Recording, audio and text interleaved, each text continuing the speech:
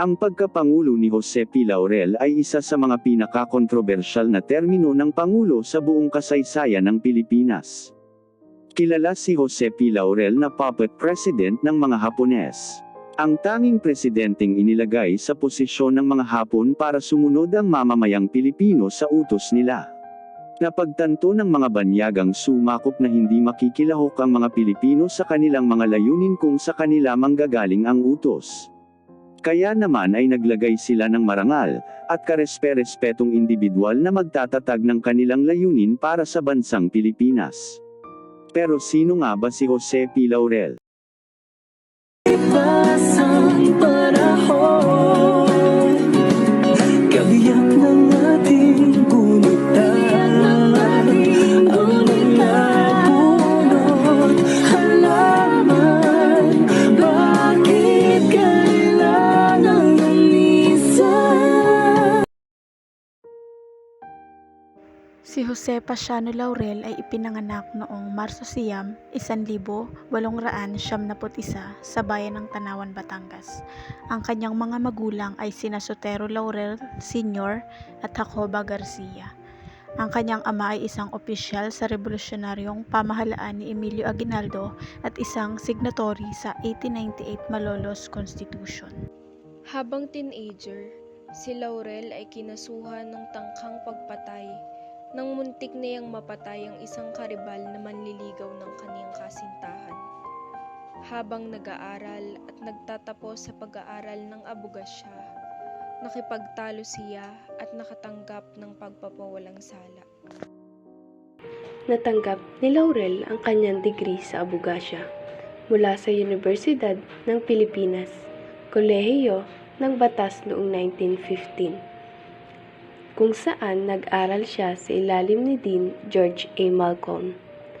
Nakalaunan ay napagtagumpayan niya sa Korte Suprema. Pagkatapos ay nakakuha siya ng Master of Law degree mula sa Universidad ng Santo Tomas noong 1919. Pagkatapos ay nag-aral si Laurel sa Yale Law School, kung saan nakakuha siya ng Doctorate of Law. Simula ni Laurel ang kanyang buhay sa serbisyo publiko habang siya ay isang estudyante, bilang isang mensahero sa Bureau of Forestry noon, bilang isang clerk sa Code Committee na may tungkulin sa codification ng mga batas ng Pilipinas. Sa panahon ng kanyang trabaho para sa Code Committee, ipinakilala siya sa pinuno nito, si Thomas A. Street, isang hinaharap na maestrado ng Korte Suprema na magiging tagapagturo ng Batang Laurel.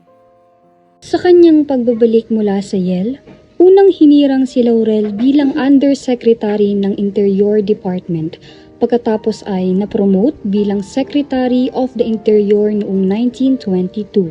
Sa post na iyon, madalas siyang nakikipag-away sa American Governor General na si Leonard Wood, at sa huli noong 1923, nagbitiw sa kanyang posisyon kasama ang iba pang miyembro ng kabinete bilang protesta sa ibang administrasyon ni Wood. Ang kanyang mga pag-aaway kay Wood ay nagpatibay sa mga makabayang kredensyal ni Laurel. Noong 1925, siya ay nahalal sa Senado ng Pilipinas. Siya ay magsisilbi ng isang termino bago matalo ang kanyang muling halalan noong 1931 kay Claro M. Recto.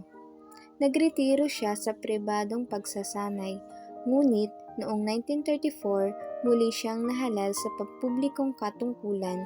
Sa pagkakataong ito, bilang isang delegado sa 1935 Constitutional Convention, pinarangalan bilang isa sa 7 Wise Men of the Convention, itinaguyod niya ang mga probisyon sa Bill of Rights.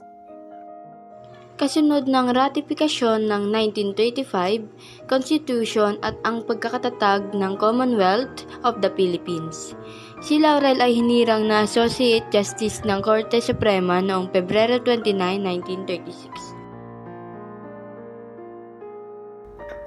Ang panunungkulan ni Laurel sa Korte Suprema ay maaaring natabunan ng kanyang pagkapangulo, ngunit nananatili siyang isa sa pinakamahalagang maestrado ng Korte Suprema sa kasaysayan ng Pilipinas. Nag-akda siya ng ilang nangungunang mga kaso na sinusuri pa rin hanggang ngayon na tinutukoy ang mga parameter ng mga sangay ng pamahalaan. pati na rin ang kanilang mga kapangyarihan. Ang pagkapangulo ni Laurel ay maliwanag na nananatiling isa sa pinakakontrobersyal sa kasaysayan ng Pilipinas. Pagkatapos ng digmaan, siya ay tutulig sa isang bahagi bilang isang katuwang sa digmaan o maging isang taksil. Kahit na ang kanyang akusasyon para sa pagtataksil ay pinalitan ng amnesty proclamation ni Pangulong Rojas at pinatunayan ng kanyang kasunod na nagtagumpay sa electoral. Ginawa ni Laurel ang lahat ng kanyang makakaya sa pamamagitan ng pagprotekta at pangangalaga sa pinakamahusay na interes ng mga Pilipino laban sa malupit na pamamahala at patakarang militar ng mga Hapones noong panahon ng digmaan. Gayunpaman, nananatili ang katotohanan na nilibag niya ang kanyang panunumpa sa panungkulan at pinamumunuan ang isang iligal na pamahalaan ng Pilipinas. Ang kanyang malapit na relasyon sa mga opisyal ng Hapon ay naglagay sa kanya sa isang magandang posisyon upang makipag-ugnayan sa mga puwersa ng pananakop ng Hapon. Si Laurel ay kabilang sa mga opisyal ng Commonwealth na inutusan ng Japanese Imperial Army na bumuo ng isang pansamantalang pamahalaan nang sila ay sumalakay at sumakop sa bansa. Nakipagtulungan siya sa mga Hapon taliwas sa desisyon ni Filipino Chief Justice Abad Santos laban sa pakikipagtulungan. Dahil sa pagiging kilala niya ng mga Hapones bilang kritiko sa pamumuno ng US, gayon din sa kanyang ipinakitang pagpayag na maglingkod sa ilalim ng Japanese Military Administration, kaya siya humawak ng serye ng mataas na posisyon noong 1942 to 1943. Noong 1943, binaril siya ng mga gerilya ng Pilipinas habang naglalaro ng golf sa Wakwak, ngunit mabilis siyang nakabawi. Sa huling bahagi ng taong iyon, siya ay pinili ng Pambansang Asembleya sa ilalim ng masiglang impluwensya ng Hapon upang maglingkod bilang Pangulo ng Ekonomiya. Sa panunungkulan ni Laurel bilang Pangulo, gutom ang pangunahing alalahanin. Tumaas ang presyo ng mga mahalagang bilihin, ginawa ng pamahalaan ang lahat ng pagsisikap upang mapataas ang produksyon at kontrolin ang mga kalakal ng mga mamimili. Gayunpaman, ang Japanese rapacity ay ang mas may kontrol dito. Sa panahon ng kanyang panunungkulan bilang Pangulo, ang Pilipinas ay naharap sa kakulangan sa pagkain na nangangailangan ng malaking pansin ni Laurel. Nilabanan din ni Laurel ang walang kabuluhang kahilingan ng Hapon na maglabas ang Pilipinas ng formal na deklarasyon ng digmaan laban sa Estados Unidos. May mga ulat din noong pamumuno niya na ang militar ng Hapon na nagsasagawa ng panggagahasa at masaker sa populasyon ng Pilipino.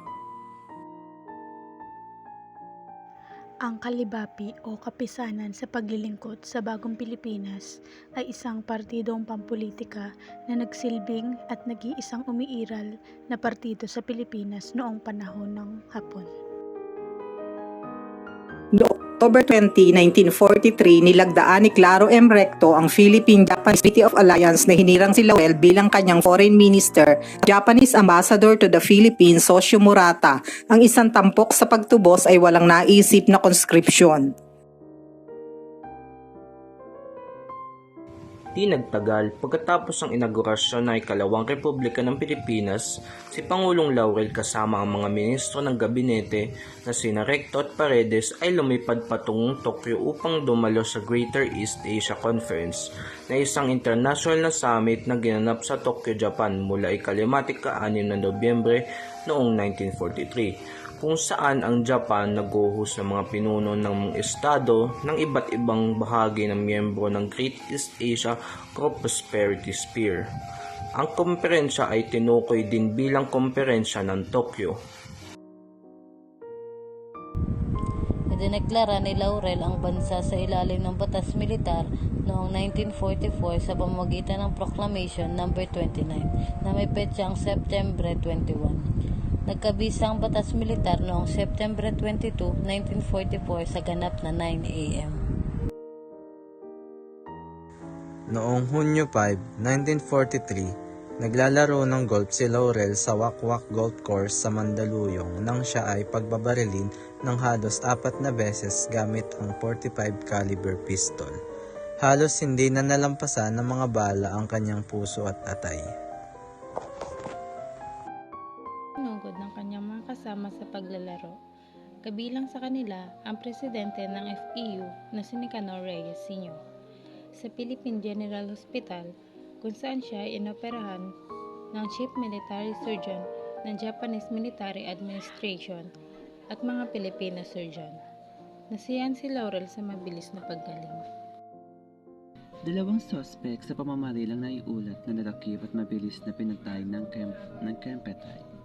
Ang isa pang suspect, isang dating boksingero na nangangalang Feliciano Lizardo. Ito ay iniharap para sa pagkakalanla ng mga Hapones kay Laurel sa higaan ng huli sa ospital. Ngunit si Laurel ay nagpahayag ng hindi malinaw na memorya. Noong July 26, 1945, ang Potsdam Declaration ay nagsilbi sa Japan ng isang ultimatum na sumuko o harapin ang lubos na pagkatalo. Noong August 6, 1945, ang Hiroshima na may mga 300,000 na naninirahan ay halos ganap na nawasak ng isang bomba atomika na ibinagsak mula sa isang eroplanong Amerikano. Pagkalipas ng 2 araw, ang Russia sa isang mahinang dahilan ay nagdeklara ng digmaan laban sa Japan. Kinabukasan, August 9, 1945, isang pangalawang bomba atomika ang ibinagsak sa Nagasaki. Ang mensahe ng Allied Forces ay nagkaroon na ngayon ng makabuluhang epekto. Ang Japan ay walang kondisyon na sumuko sa Allied Powers noong August 15, 1945. Mula April 1945, si Pangulong Laurel kasama ang kanyang pamilya at miyembro ng gabinete na si Camilo Osias, Speaker Benigno Aquino Sr., General Thomas Capinpin at Ambassador George Vargas ay nasa Japan. Lumikas mula sa Baguio ilang sandali matapos bumagsak ang lungsod, naglakbay sila sa Apari at mula noon, sakay ng mga eroplanong Hapones ay dinala sa Japan. Noong August 17, 1945, mula sa kanyang kanlungan sa Nara, si Pangulong Laurel ay naglabas ng Executive Proclamation na nagdeklara ng pagbuwag ng Ikalawang Republika ng Pilipinas. Noong Agosto 15, 1945, sumuko ang mga pwersang Hapones sa Estados Unidos. Inutusan ni General Douglas MacArthur na arestuhin si Laurel dahil sa pakikipagtulungan nito sa mga Hapones. Noong 1946, siya ay kinasuhan ng 132 na bilang ng pagtataksil. Ngunit, hindi kailanman dinala sa paglilitis dahil sa pangkahalatang amnestisya na pinagkaloob ni Pangulong Manuel Rojas noong 1948. Si Laurel ay tumakbo bilang Pangulo laban kay Elpidio Quirino noong 1949, ngunit natalo ito sa itinuturing noon bilang ang pinakamaraming halalan sa kasaysayan ng eleksyon sa Pilipinas. Nahalal si Laurel sa Senado noong 1951 sa ilalim ng Nacionalista Party. Siya ay hinamok na tumakbo bilang Pangulo noong 1953. Ngunit siya ay tumanggi, sa halip ay nagtatrabaho para sa matagumpay na halalan ni Ramon Magsaysay. Itinalaga ni Magsaysay si Laurel na pinuno ng isang misyon na nakatalaga sa pakikipagnegosasyon sa kalakalan at iba pang isyu sa mga opisyal ng Estados Unidos, na ang resulta ay kilala bilang ang Laurel-Langley Agreement. Itinuring ni Laurel ang kanyang paghahalal sa Senado bilang pagpapatunay ng kanyang reputasyon. Tumanggi siyang tumakbo para sa muling halalan noong 1957. Nagretiro siya sa pampublikong buhay, tumutok sa pagpapaunlad ng Lyceum of the Philippines na itinatag ng kanyang pamilya. Sa kanyang pagre-retiro, nanatili si Laurel sa isang 3 palapag, 7 silid tulugan na mansyon na tinatawag na Bella Pacencia, na itinayo noong 1957 sa Mandaluyong at ipinangalan sa asawa ni Laurel. Ang tahanan ay isa sa 3 tirahan na itinayo ng pamilya Laurel. Ang 2 pa ay matatagpuan sa Tanawan at sa Paco, Maynila. na tinatawag na Bella Peña Francia. Noong Nobyembre 6, 1959, namatay si Laurel sa ospital ng Lourdes sa Maynila dahil sa matinding atake sa puso at stroke.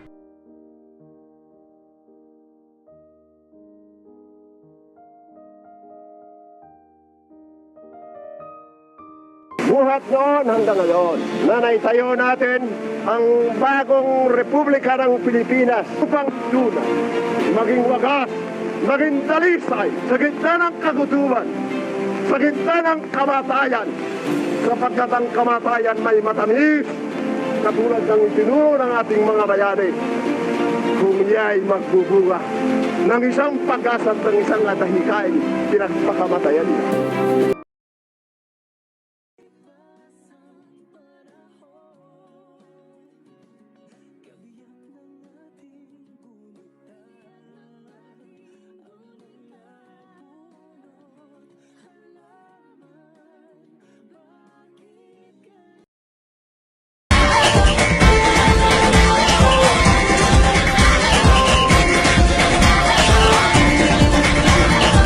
Minsa'y natuwa ang may likha, 7,000 pulo ang ginawa. Mga hiyas na inilatag sa malasuklang dagat. At ang bayan niyang pinili, nasa dulo ng bahaghari. Kaya 1,000 kulay ng aking kumakaway. Piliin mo rin ang Pilipinas, kapulo ang kwintas ng pelas. Piliin mo, yakapin mo, kayamanan niyang litas. Piliin mo ang Pilipinas.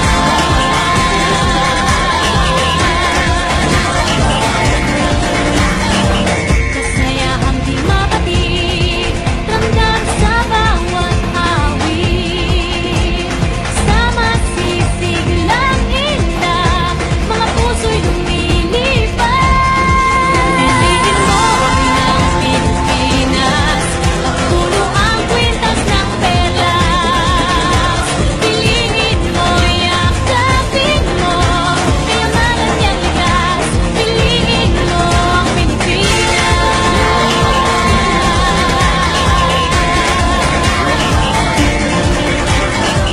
At ang ngiti ng may kapal, taglay ng bawat nilalang. May lambing na tumutuyan sa buong pakiramdam.